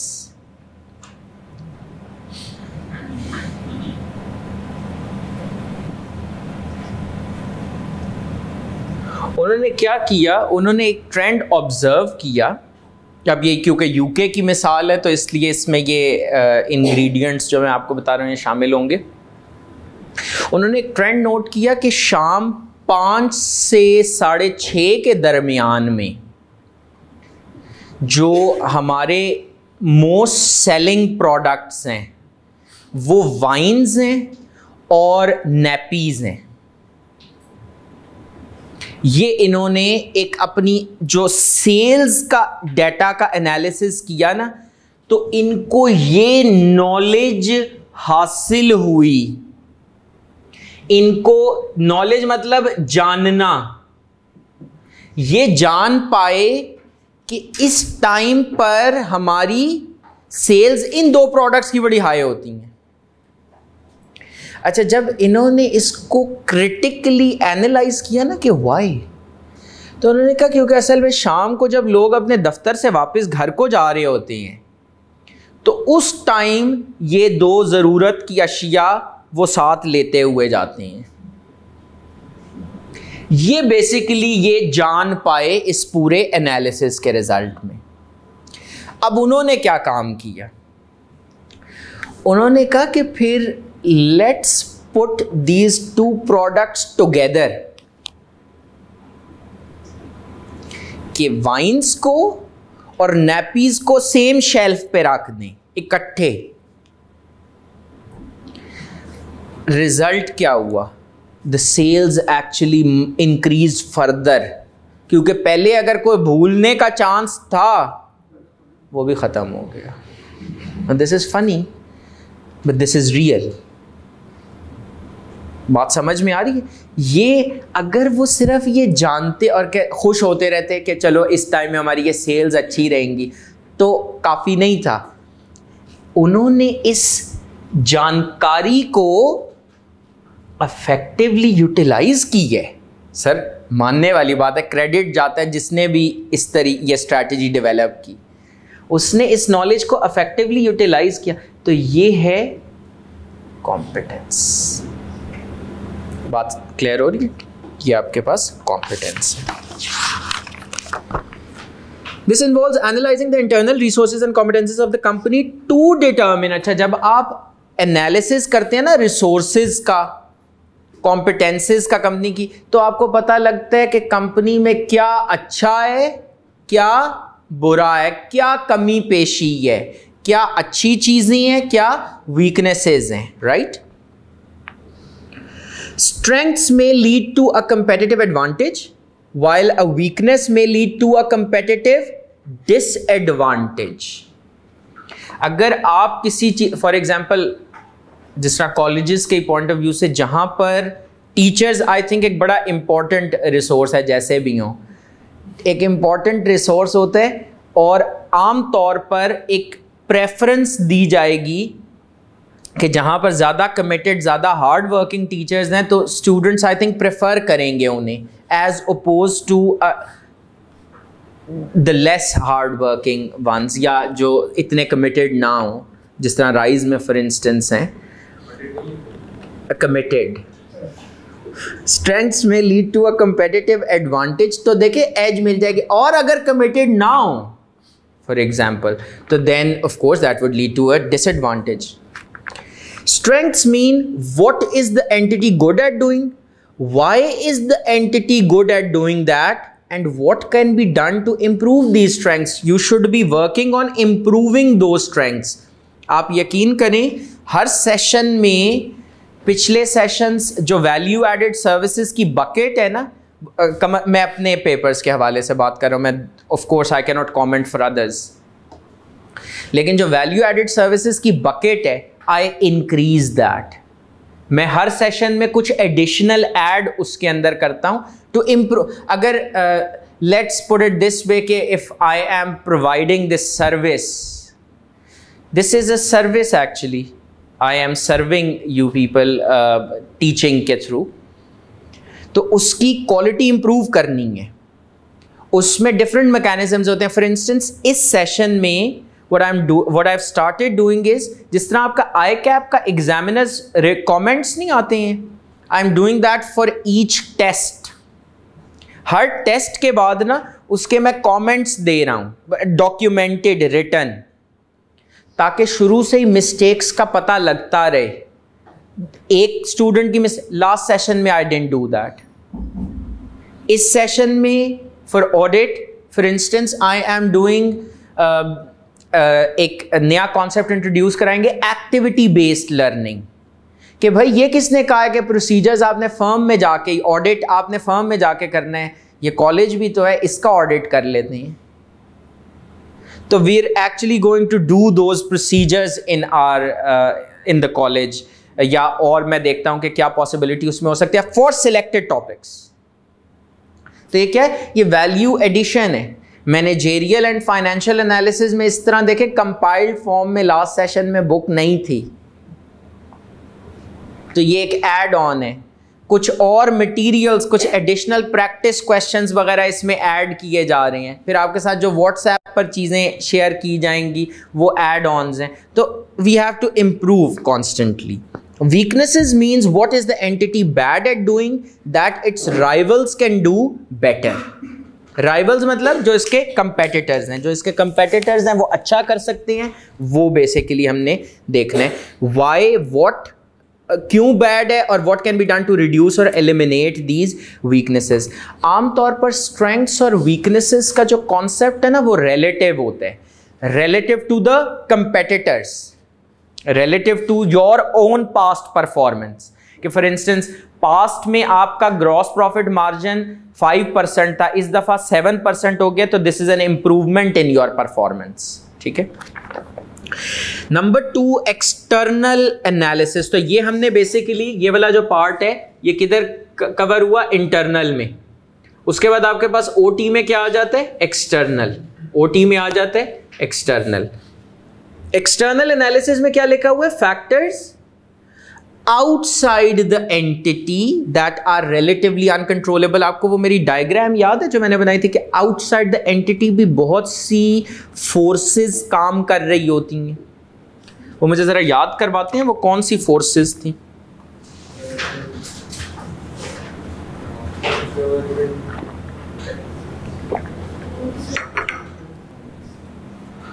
कौन सी फोर्सेस थी? गवर्नमेंट, ठीक है, competitors, very good, political factors, economic, legal factors, PESTEL, actually पूरा political, economic, social, technological, environmental, legal. Samsung के प्रॉफिट्स कम हुए, क्यों कम हुए? क्या उनकी टेक्नोलॉजी खराब थी, कोई वीकनेस थी? नहीं।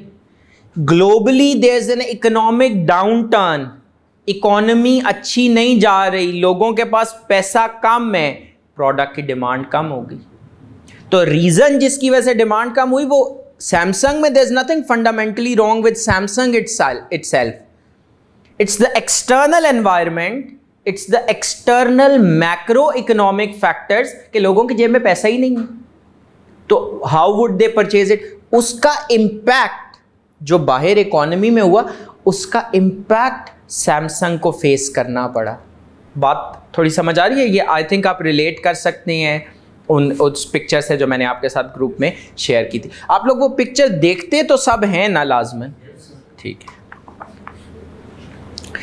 एक्सटर्नल एनालिसिस से आपको मिलेगा अपॉर्चुनिटीज, थ्रेट्स। अब सैमसंग पूरी दुनिया की इकोनॉमी को नहीं कंट्रोल कर सकता, इसलिए हम कह रहे हैं ये फैक्टर आउटसाइड कंट्रोल है, लेकिन उस फैक्टर का इंपैक्ट जरूर आ रहा है सैमसंग पे। This involves external environment scanning to look for and respond to external drivers of change that may result in an opportunity or threat to a company. ये बात समझ में आती है? यहां पर क्या बात लिखी है? External environment scanning. आप स्कैनिंग टूल्स समझते हैं, जिस तरह कुछ जगहों पर एंट्रेंस पे वो स्कैन करते हैं कि भाई कोई आप जो है वो टेररिस्ट तो नहीं है या कोई आपके पास प्रोहिबिटेड आइटम्स तो नहीं है, वो स्कैन कर रहे होते हैं। एक्सटर्नल एनवायरनमेंट स्कैन करने का मतलब होता है कि I am a business manager और मैं समझे कंपनी की खिड़की से ना बाहर निकल कर देख रहा हूं कि व्हाट्स हैपनिंग आउटसाइड, कंपेटिटर्स की क्या सिचुएशन है, पॉलिटिकल सिचुएशन क्या है, इकोनॉमिक सिचुएशन क्या है, so that I can plan my affairs accordingly. बात बराबर है ना? और जब आपने बाहर देखा ना तो आपको उधर से अपॉर्चुनिटीज भी नजर आएंगी, उधर से आपको थ्रेट्स भी नजर आएंगे। रिसेंटली जो आपका ये है मेट्रो बस, इन्होंने कोई 12-13 रूट्स और ऐड किए हैं। रिसेंट ये एक डेवलपमेंट है। Now this can be viewed as a threat by those inDrive या वो जो, क्योंकि पहले जो एरियाज रीचेबल नहीं थे नाउ दे आर रीचेबल। बात थोड़ी सी फॉलो कर रहे हैं? So when Uber and Careem और inDrive when they are going to look outside, तो उनको पता लगेगा अच्छा ये एक डेवलपमेंट हो गई है एक्सटर्नल एनवायरनमेंट में। बात समझ में आ रही है ना? ये एक डेवलपमेंट मतलब ये एक तब्दीली आई है एक्सटर्नल एनवायरनमेंट में। और इसकी वजह से क्या हो सकता है? ये अब उसके लिए जो उबर करीम है उनके लिए ये अपॉर्चुनिटी है या थ्रेट है? This is threat. This would reduce their customer numbers, their profitability, their cash flows. Opportunities are developments that might be exploited to improve the ability of the entity to achieve its objectives. Or threats are developments in the environment that could threaten the ability of the entity to achieve its objectives. Opportunities में ये improve के word को underline कर लें और threats में threaten को। ये भी सिर्फ रीडिंग का कंटेंट है, आपने याद नहीं करना, ये सिर्फ रीडिंग के लिए है ये वाला जो पेज है। यहां पर एक चीज जो एक्सटर्नल एनवायरनमेंट के हवाले से इंपॉर्टेंट है, इंटरनल में तो हमने देखा ना रिसोर्स और कॉम्पिटेंस। एक्सटर्नल के पॉइंट ऑफ व्यू से आपके पास जो चीज इंपॉर्टेंट है, जो दो मॉडल्स बड़े एग्जामिनर के फेवरेट एरियाज हैं। जब आपने एक्सटर्नल एनवायरनमेंट स्कैनिंग करनी है, एक्सटर्नल एनवायरनमेंट का ऑडिट करना है। ऑडिट करना मतलब होता है चेक करना। तो जब आपने एक्सटर्नल एनवायरनमेंट की स्कैनिंग करनी है, एक्सटर्नल एनवायरनमेंट का ऑडिट करना है, तो उसमें दो टूल्स हैं जो आपके सिलेबस में इंक्लूडेड है। उसमें दो टूल्स हैं जो आपके सिलेबस में इंक्लूडेड है। उसमें से एक टूल है पेस्टल और दूसरा टूल है पोर्टर्स 5 फोर्सेस। ये हमने दोनों टूल्स डिस्कस नहीं किए हुए, ठीक है। पेस्टल को थोड़ा बहुत टच किया था, पोर्टर्स 5 फोर्सेस तो आप शायद नाम भी पहली दफ़ा सुन रहे हैं, ये हमने पहले डिस्कस नहीं किया।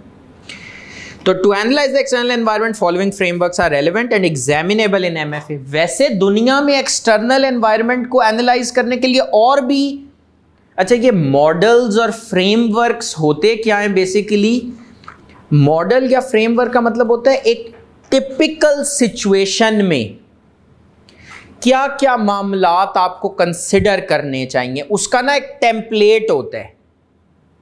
ये जो पेस्टल है इसमें 6 बातें की गई हैं कि जब भी आप एक्सटर्नल एनवायरनमेंट को देख रहे हो ना, तो उनको इन 6 पर्सपेक्टिव से, उनको इन 6 एंगल से देख लो।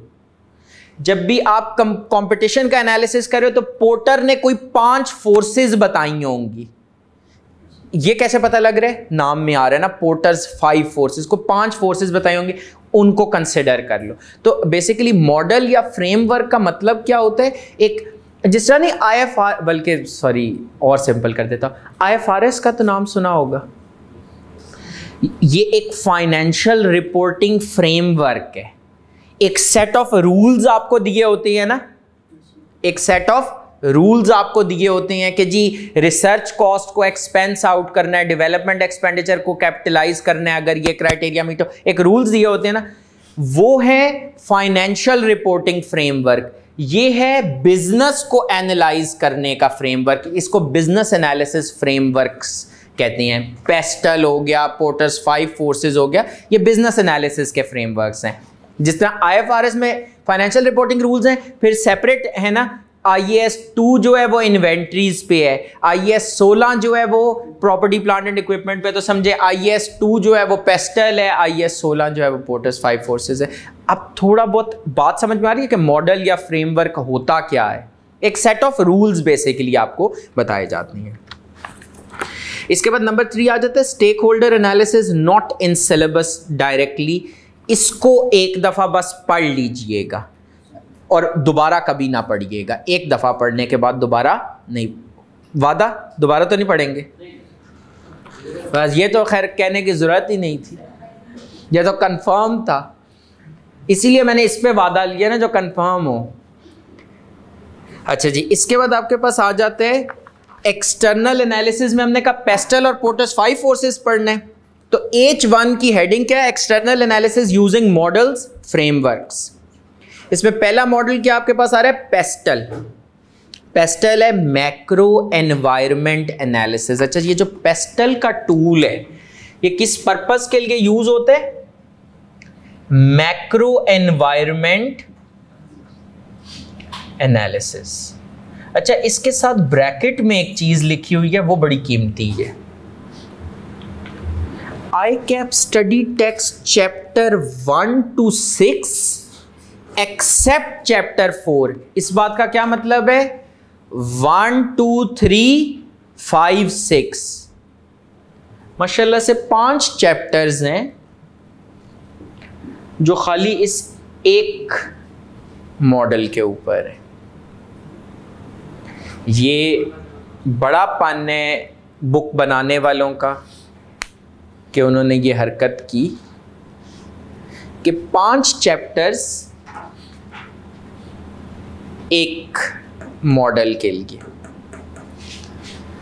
जरा वापस आए, कितना पेपर आया इनमें से?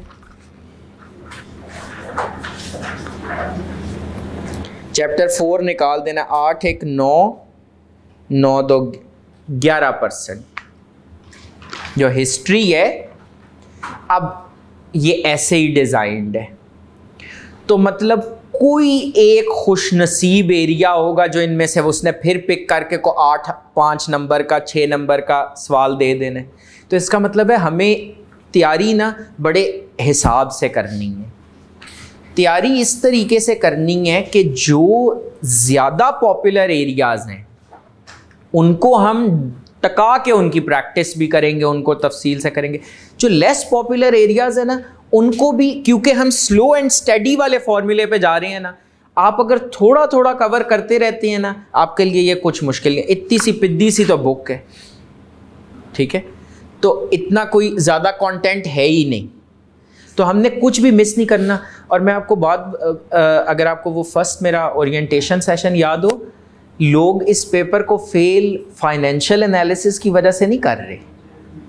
हालांकि मुश्किल, अगर आप स्टूडेंट से वैसे अपने सीनियर से पूछे ना, वो कहेंगे मुश्किल, वो कभी नहीं कहेंगे मैनेजेरियल, तो वो कहेंगे ऐसे ऐसे होता है। मैनेजेरियल में तो बस ऐसे सिंपल सी चीज़ें हैं, कोई नहीं है।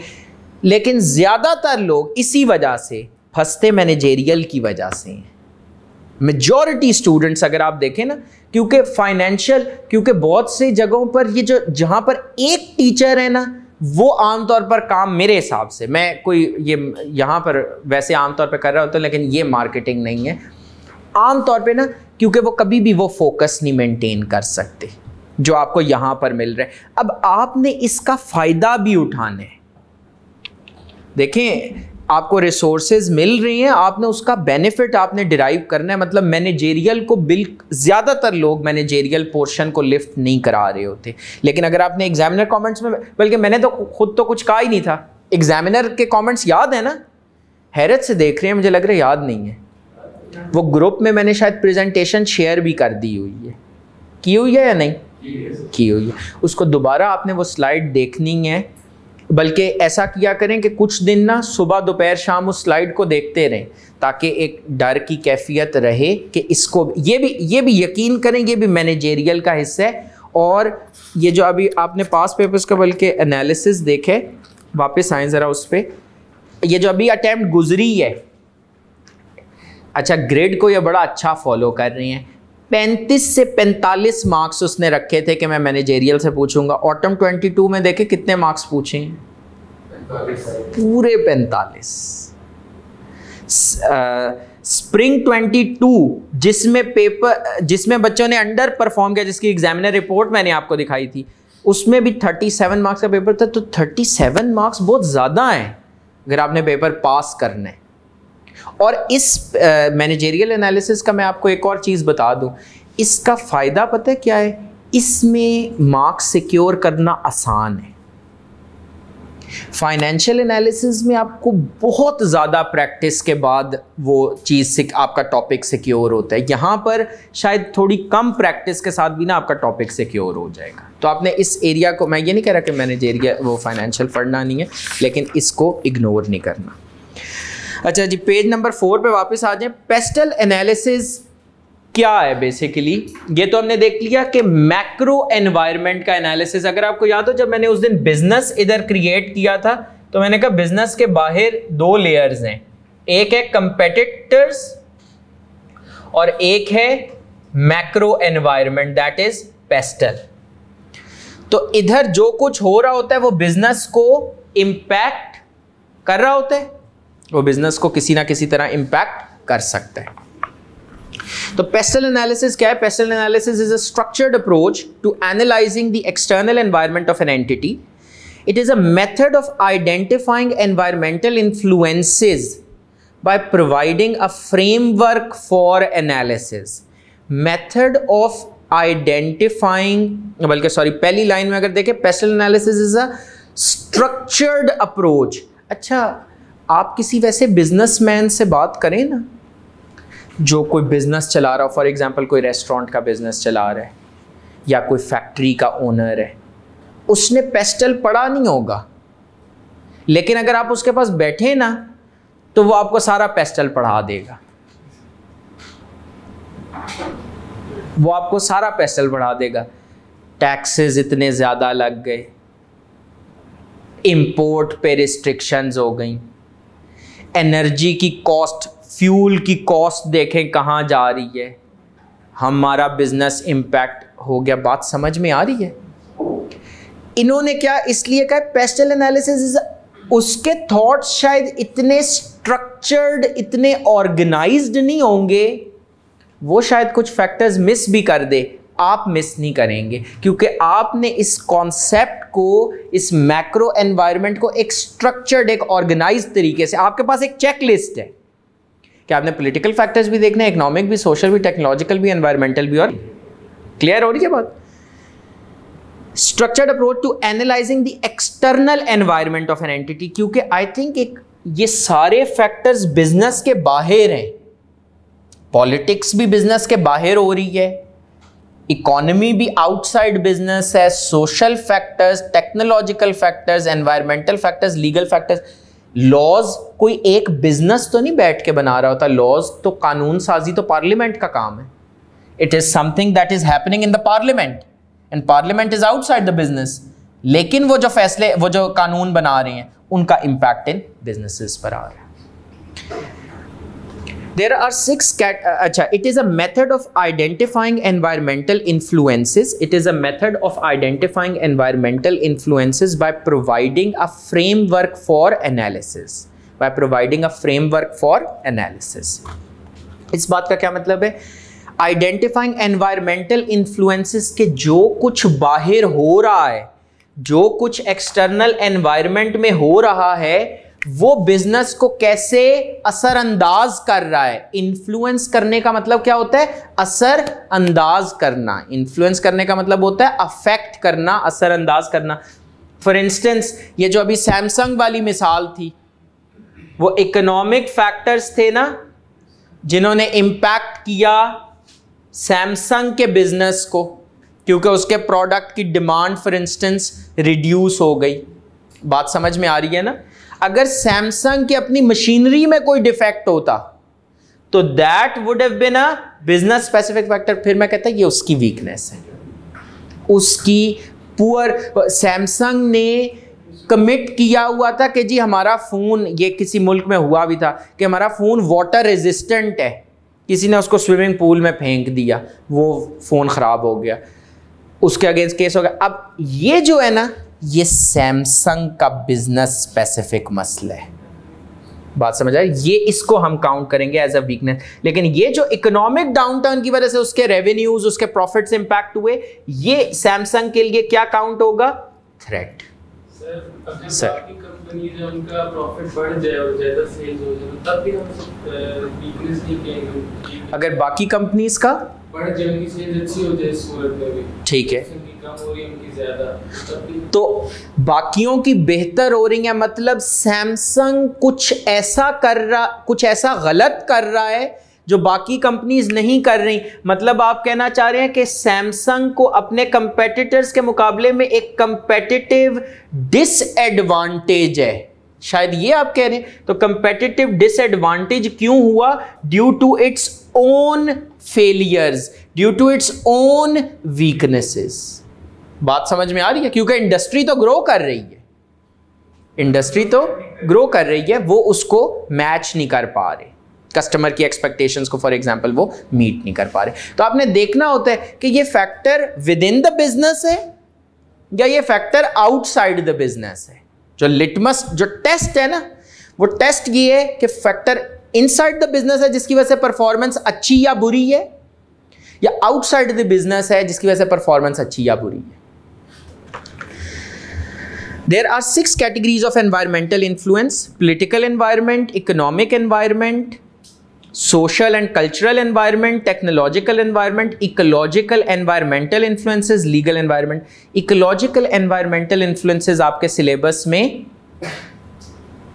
नहीं है, इसके साथ लिख लें not in syllabus।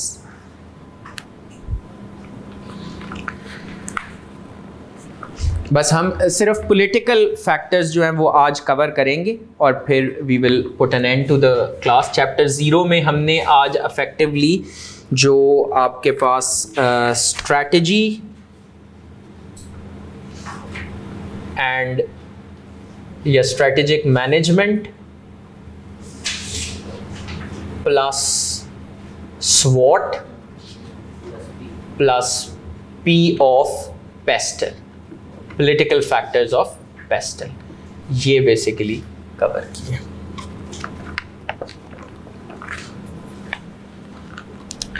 Political factors में क्या चीज आती है? The political environment consists of political factors that can have a strong influence on business entities and other organisations. Investment decisions by companies will be influenced by factors such as। अब political factors में क्या typically आपको case study के अंदर, case study में आपको किन factors पे फोकस करना होगा, वो ये एक आपको ना गाइडलाइन दी हुई है कि ये आपने उधर ढूंढनी है। Investment decisions by companies will be influenced by factors such as stability of the political system in particular countries. आप अंडरस्टैंड करेंगे कि एक ऐसा कंट्री जहां पर पॉलिटिकल सिस्टम स्टेबल ना हो, गवर्नमेंट्स अपनी टर्म कंप्लीट ना कर रही हो, फ्लूइड अनसर्टन सिचुएशन हो, तो वहां पर would the companies prefer to work in that country? तो जब बिजनेसेस डिसीजन ले रहे होते हैं ना, इंटरनेशनल बिजनेसेस, कि हमने कहाँ पर अपने लोकेशंस, कहाँ पर अपना फॉर एग्जांपल प्लांट लगाना है, तो वहाँ पर वो सिर्फ ये नहीं देख रहे होते कि सस्ता कहाँ पर है काम, ये भी देख रहे होते हैं उस कंट्री का पॉलिटिकल सिचुएशन क्या है। फॉर इंस्टेंस अगर एक कंट्री की पॉलिटिकल सिचुएशन फेवरेबल नहीं है तो वो उसके लिए बिजनेस कंडक्ट करना मुश्किल करेगी, उसके लिए बिजनेस में। इसमें इंटरनेट सबसे ज़्यादा अफेक्ट किस तरह करती है? फॉर इंस्टेंस जिस तरह यहाँ पर टेलीकम्युनिकेशन ही बिजनेस को अगर आप ले लें, तो अब तो खैर कम हो गया है, लेकिन एक पास जो गवर्नमेंट थी उसमें आए दिन वो नेटवर्क सस्पेंड कर देते थे। अब क्यों जी? क्योंकि वो पॉलिटिकल, ये जी फॉर इंस्टेंस इमरान खान का सिट-इन है तो धरना है तो आप इसकी वजह से उसको बंद कर रहे हैं, या और कुछ पॉलिटिकल एक्टिविटी अपने इंटरेस्ट को। अब वो जो पॉलिटिकल सिस्टम है वो इतना अनस्टेबल है कि वो अपनी इन्वेस्टमेंट करके बैठ गए। आपने इन्वेस्टमेंट अप्रेजल जब किया, अब ज़रा लिंक समझिएगा, आपने जब इन्वेस्टमेंट अप्रेजल किया आपने कहा मेरे पास ईयर 1 में इतने कैश इनफ्लोज आएंगे, पूरे साल में 30 दिन तो सर्विस की इजाज़त ही नहीं मिली, आपका इन्वेस्टमेंट अप्रेजल गलत हो गया ना। आपने जो एक्सपेक्टेशन की थी कि एनपीवी पॉजिटिव होगा, या आपने कहा था पे बैक इतने अरसे में हो जाएगा, वो पे बैक 5 साल के बजाय 10 साल में भी ना हुआ। I am sorry, road closures की वजह से कितना इम्पैक्ट बिजनेसेस के ऊपर होगा। कितने businesses actually they went out of business.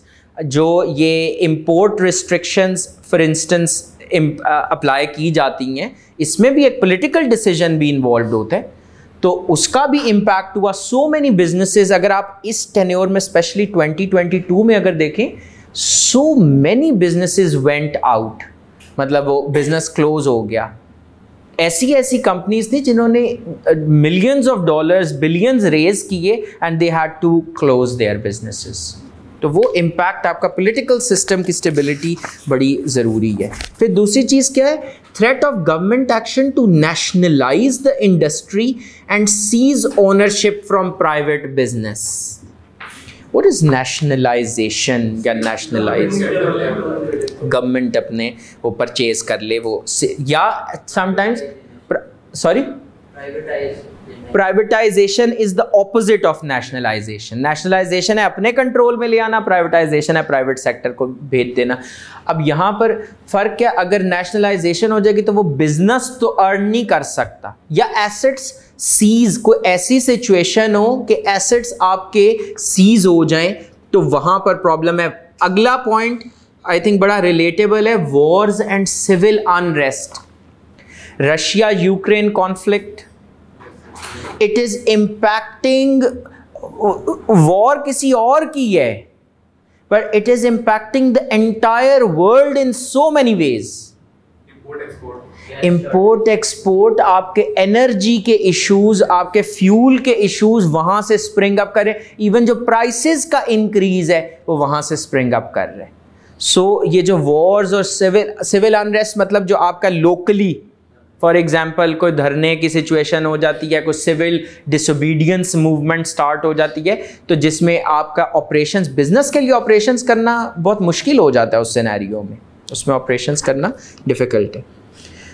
Threat of terrorist activity, that is again a great put off for businesses. मतलब वो कहेंगे कि हमने पैसा लगाने, रिटर्न कमाने, टेंशन नहीं खरीदनी। पैसा लगाने, रिटर्न कमाने, पर टेंशन नहीं खरीदनी। ये तो बात कंफर्म है ना कि हमने टेंशन नहीं खरीदनी। तो ये जो टेररिस्ट एक्टिविटी है, ये भी तो इस तरह का अगर एनवायरनमेंट होगा कि जहाँ पर टेररिज्म है तो वो डिस्करेज करेगा।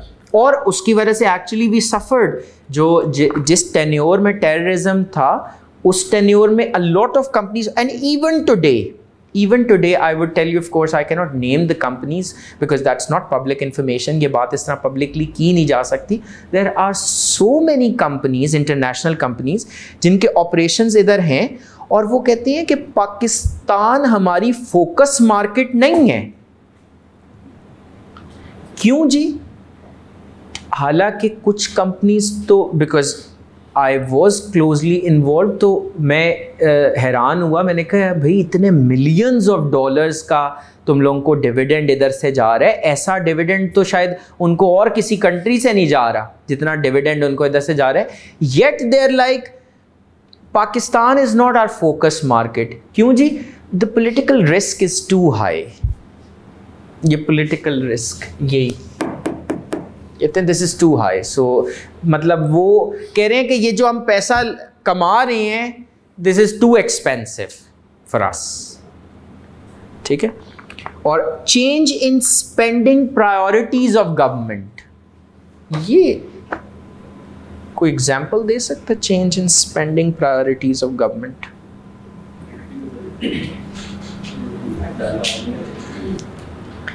हाँ, ज़रा देख के एग्जाम्पल दीजिएगा, डाला इफेक्ट को माइंड में रखते हुए। जी, बोल के लब आज़ाद हैं तेरे, अगर बताने वाली बात है तो।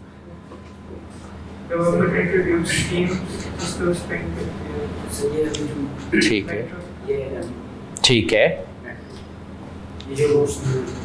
I am sorry, spending priorities का फ़र्क, बिल्कुल, ये रूट्स की आप बात कर लें।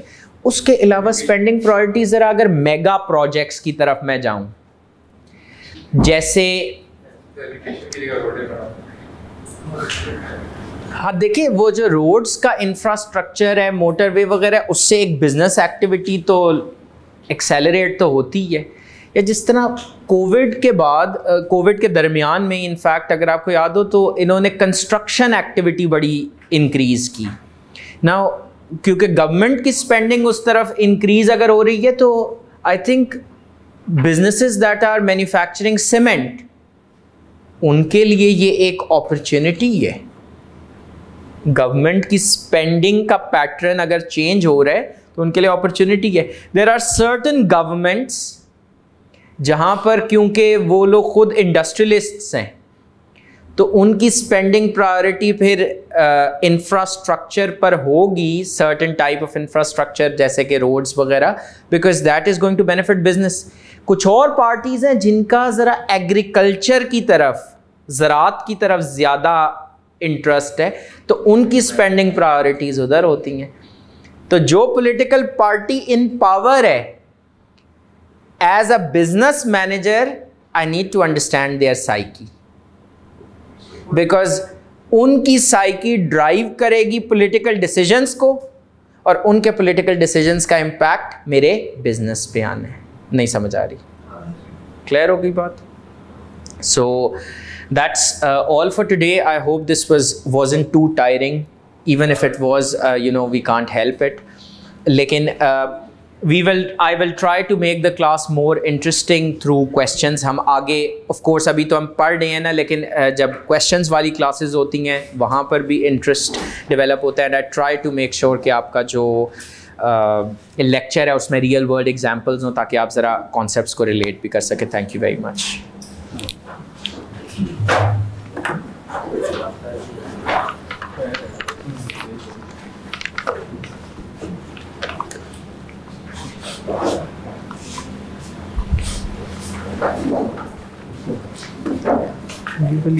इस क्लास के लिए ना सेटिंग करनी है।